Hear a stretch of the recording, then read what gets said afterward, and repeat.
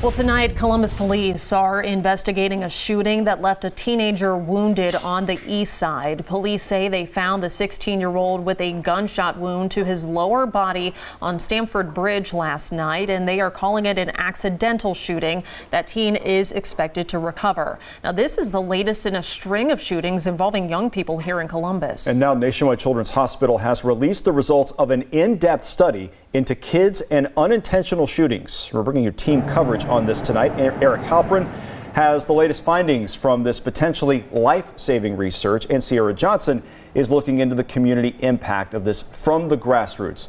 Eric, let's start with you. Jared, the research looks at a 10-year span from 2009 to 2018.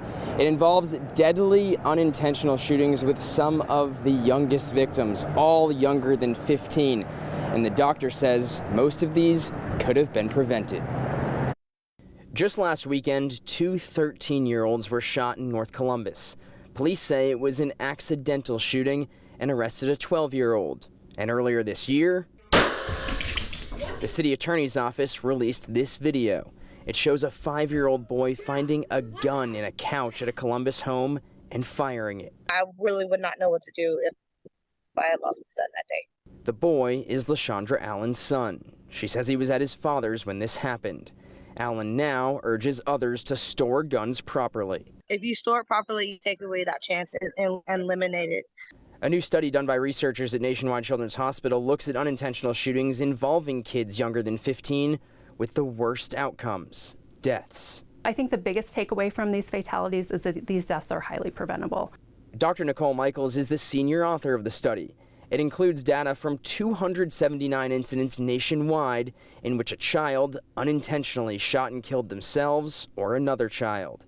It found 41% of the victims were between 2 and 4 years old, and in 92% of the cases where they had the info, the guns used were loaded and unlocked. The impact of these deaths really ripples throughout the community. Sometimes parents think that if they just hide the firearm or if they teach their children not to touch it, that that's sufficient.